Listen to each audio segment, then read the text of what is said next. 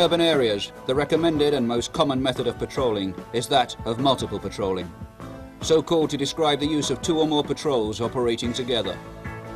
These individual half sections are commonly known as bricks.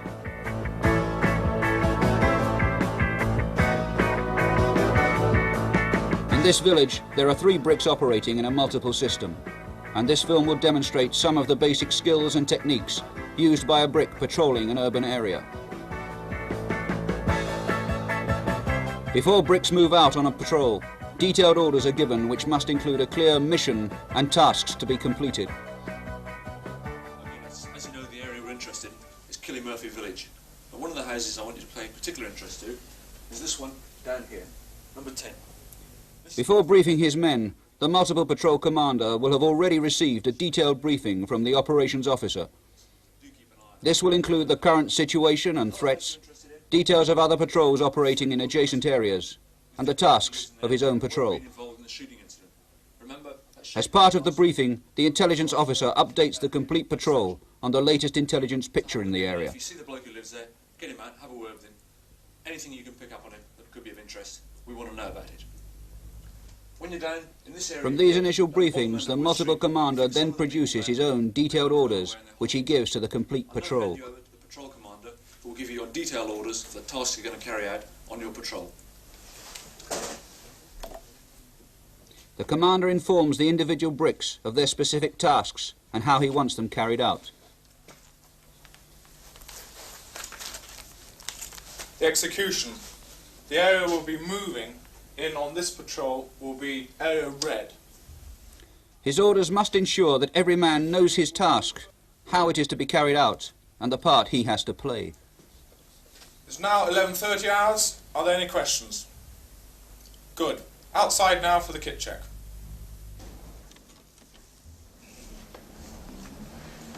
The equipment carried by patrols in urban areas varies from unit to unit and from area to area. There is much more equipment available than is shown here, so commanders must identify their individual requirement, then ensure it is carried and that it is serviceable. This is confirmed by a kit check.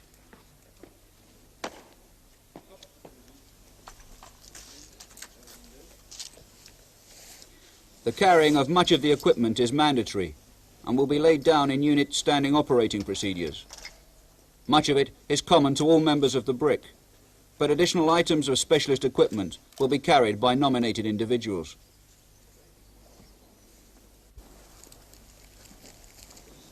Soldiers should be smart and well turned out. This helps to instill confidence in themselves and impress the local people with their professionalism. Minimum webbing is worn, the exact amount being determined by the additional equipment they are required to carry. Some of it is shown here.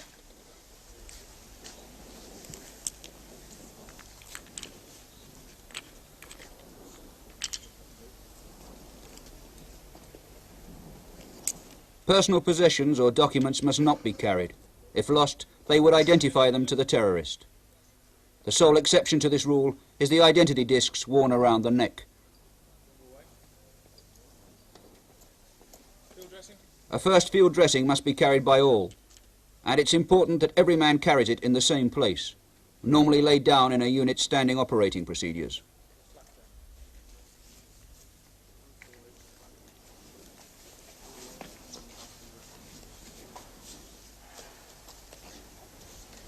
In this patrol, each man is carrying 1 magazine of 18 rounds, but again, this will vary from unit to unit. It's a good idea to mark the top round so you can check at a glance whether or not you have lost some ammunition during the patrol. Each patrol member must carry a notebook and pencil, the notebook attached to the man with a pin and some cord. He also carries his orders for opening fire card.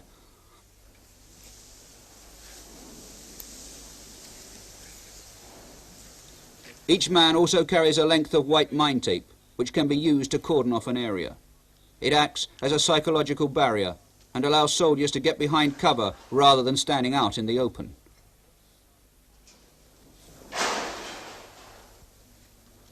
Here are some examples of the more specialized equipment which is available to patrols. The first man on the left is carrying 4 extra shell dressings.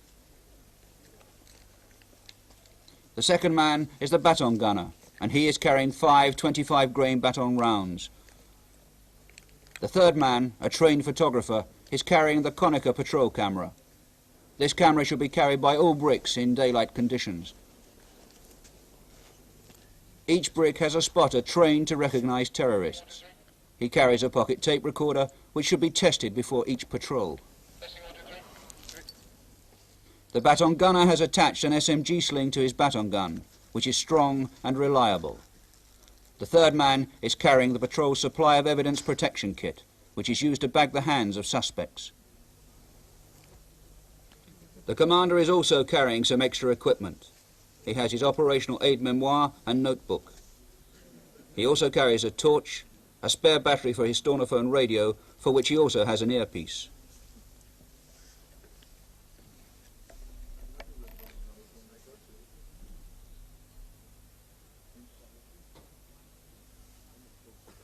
Finally, another useful item, often disregarded in the urban area, a pair of binoculars.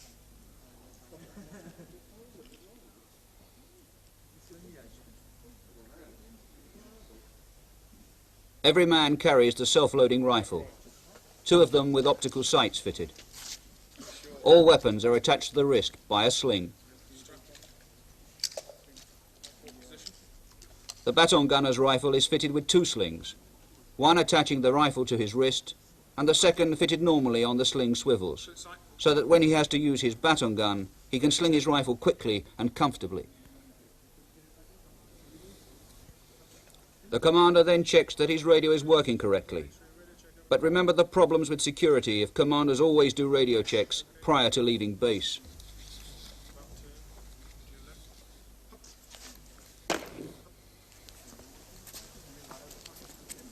Weapons are checked at the loading bay.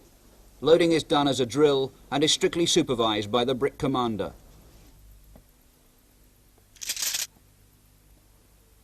It is mandatory to use normal loading and unloading drills.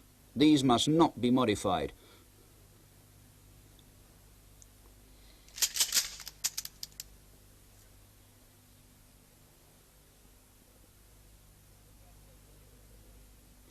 The gas regulator and sight settings are checked before going out on patrol. In urban areas, the recommended sight setting is 200 meters.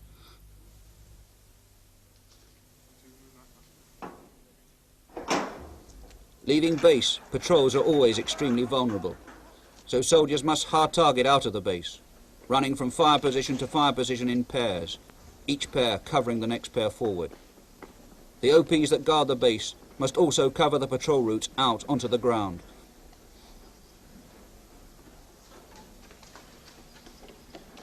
Make use of different exits at your disposal and get the bricks into positions to gain depth and mutual support as quickly as possible.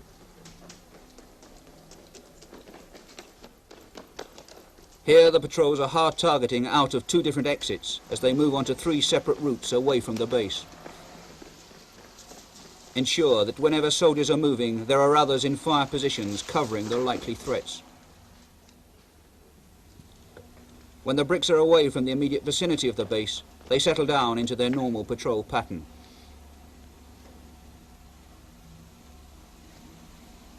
When bricks patrol in urban areas, they will encounter different types of ground, which require changes in their formations and patterns of movement.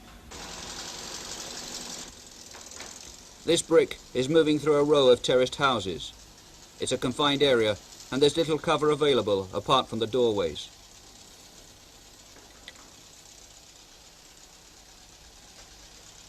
To give all-round defence, each soldier must have an individual arc of observation to cover. Movement is slower than a normal walking pace, but positive and confident.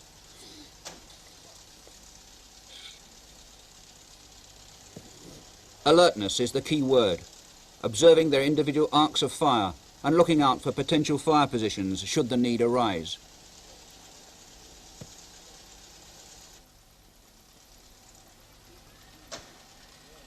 The brick has arrived at one of its tasks, a house call. While he is chatting to the householder, the commander is very vulnerable. The remainder of the brick must therefore adopt good fire positions on their own initiative and cover their arcs of observation.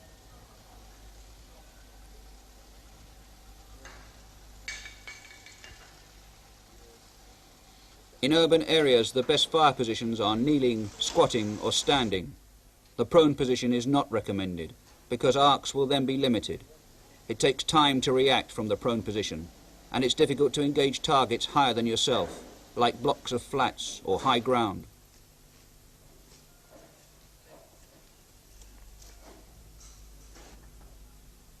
Another brick, now in a different type of ground which has its own characteristics.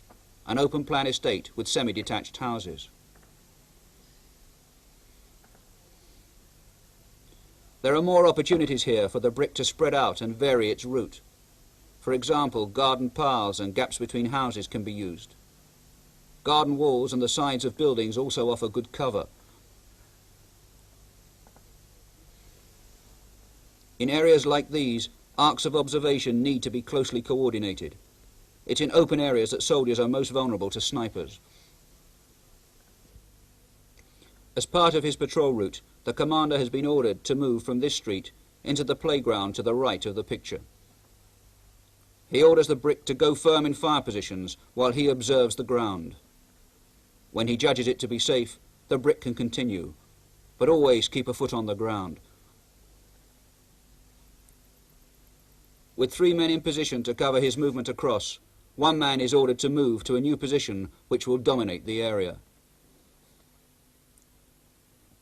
Once he is in position, the next 2 men move, while the commander covers their rear.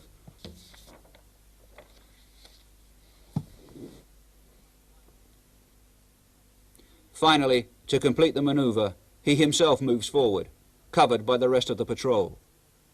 At all times he has kept a foot on the ground, covering all the likely threats. Once the brick commander is in position, he decides to go firm in that area. Let's look at some of the fire positions adopted by the brick.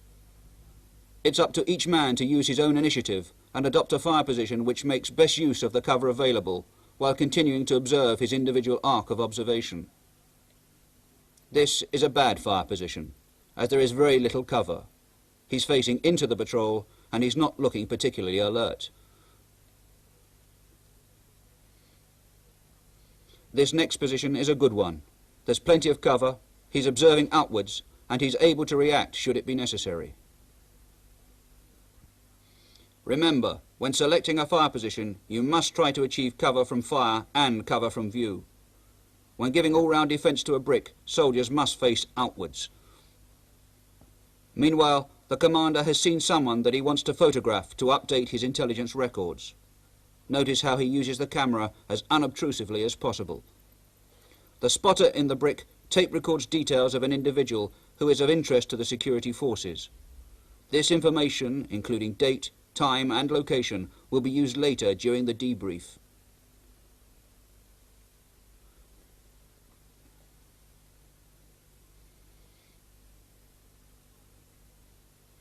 The brick commander then continues with the patrol, moving his soldiers 2 at a time because of the nature of the ground. The soldiers are moving at a normal walking pace, observing their individual arcs and covered by the other members of the brick.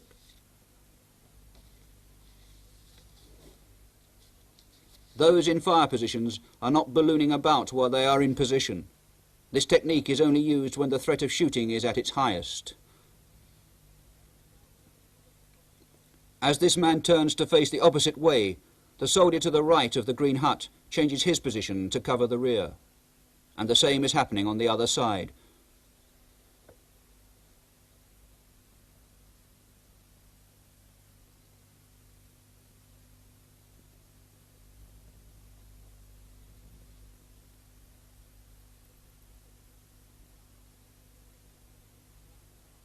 The brick will continue to move in bounds like this until the commander feels that the situation no longer warrants this type of movement.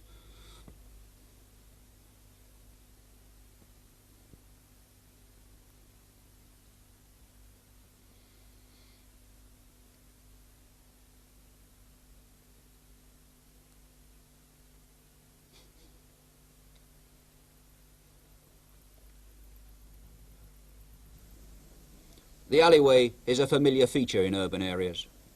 Again, commanders must change formations to suit the ground.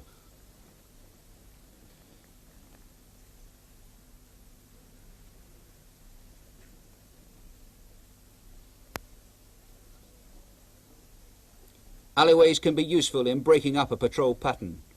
They can also be extremely dangerous, especially if there is a set pattern to the patrolling, if the ways in which they are used are seen to be predictable, and if they provide a soft target. Soldiers should never bunch and should move along alleyways very carefully. Here the commander prefers to move each soldier forward individually, the rest covering him forward up and down the alleyway.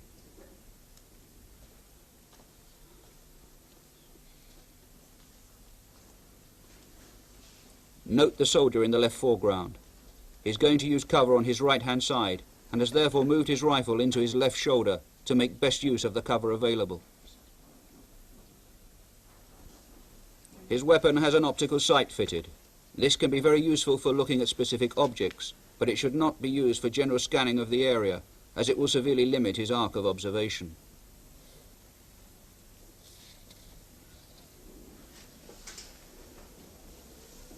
We have covered only a few of the ways to cross different types of ground. There are many others.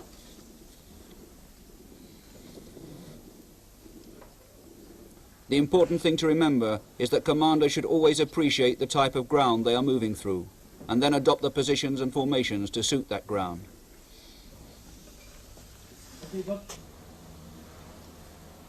During a patrol, bricks will have to cross gaps where they are vulnerable to sniper fire, so they must develop a technique to cover themselves across. As this brick moves forward to the T-junction, the first two men get into position to cover the different directions. The brick commander then signals forward the second pair, who are covered across the junction by the two already in fire positions. Once they arrive at the other side of the gap, they adopt fire positions to cover the first two across the junction.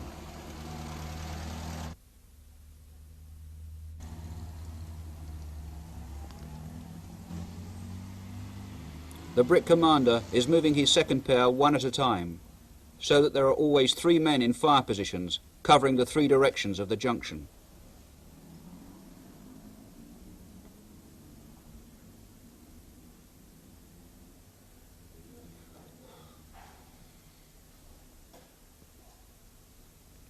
Not until all members of the brick are across the gap does the commander continue the patrol.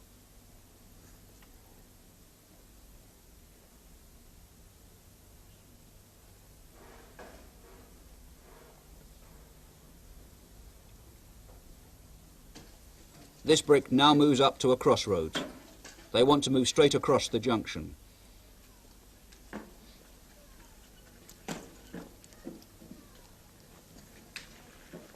Once again, the first two members of the brick get into fire positions to cover the second pair across. This crossing is more difficult because there are four directions to be covered.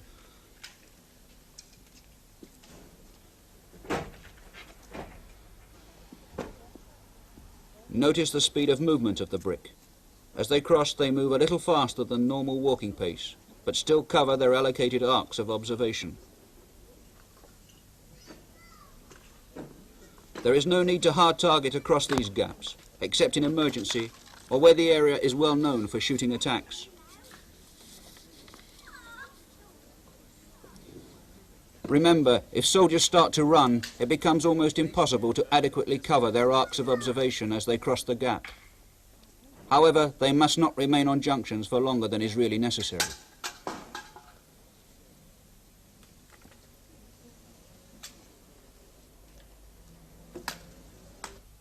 Meanwhile, this brick is moving up another road and is about to carry out a P-check. As the brick commander signals the patrol to go firm, each man adopts a fire position which gives the maximum all-round defence to the brick. Notice the way in which the commander uses the building as cover by getting his back to the wall. And don't be afraid to use the civilian as cover. When dealing with P-checks, always be firm but polite. Give me your name and address. Emmett Riley. You're Mike Riley. 6 Cleveland's plus. 6. Cleveland's plus. And your date of birth, sir? 26/2/57. It's important that soldiers do not remain in fire positions for too Your long. occupation is... They must be prepared to move frequently from position to position. Stay here with me.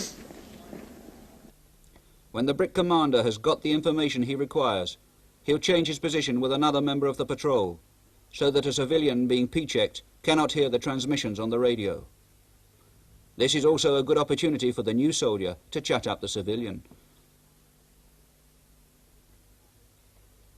When the Brick Commander receives the all-clear from his operations room, he politely lets the civilian go.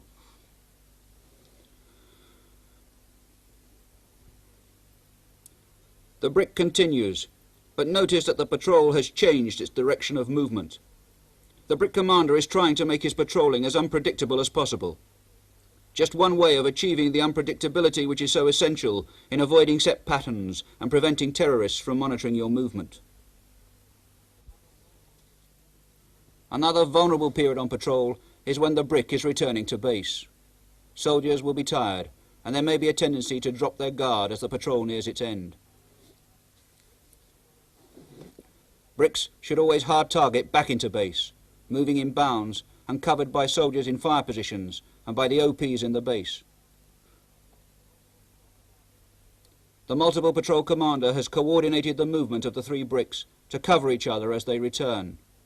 This secures as much mutual support as possible right up to the end of the patrol.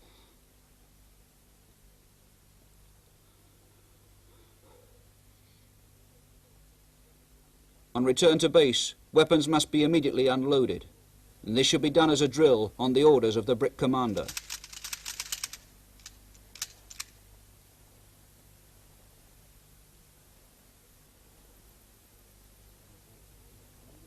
He should also check all weapons before allowing his soldiers to move away from the unloading bay.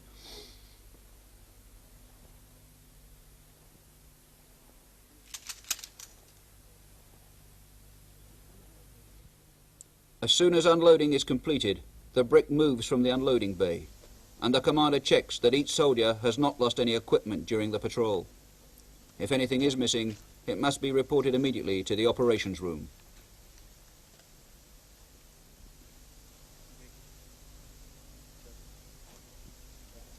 Finally, the complete patrol must be debriefed immediately in order to give soldiers the opportunity to report anything they may have seen or heard while they still remember it. As we were walking around in the area of Gilham Drive and Staple Street, I noticed quite a bit of suspicious activity in that area. 1 or 2 yobbos on street corners dicking us. Did anybody see anything suspicious in that area and that they noticed? Well, so I saw David Rafferty on the junction of Staple Street and Park Road. He was speaking to Shane O'Connell, who was in a red Ford Escort. Registration Alpha Uniform India 6278. Here the multiple patrol commander is doing the debrief himself, with the intelligence officer in the background noting down the information gathered by the patrol. No? Fine. A good patrol. Well done, you worked very hard indeed. The next patrol is out at 16:30 hours. Fine. Survival on the streets in a hostile urban area depends largely on the basic infantry skills of the individual soldier. Lessons and techniques continually change. Therefore, all soldiers should know, practice and perfect these techniques before deploying on operations.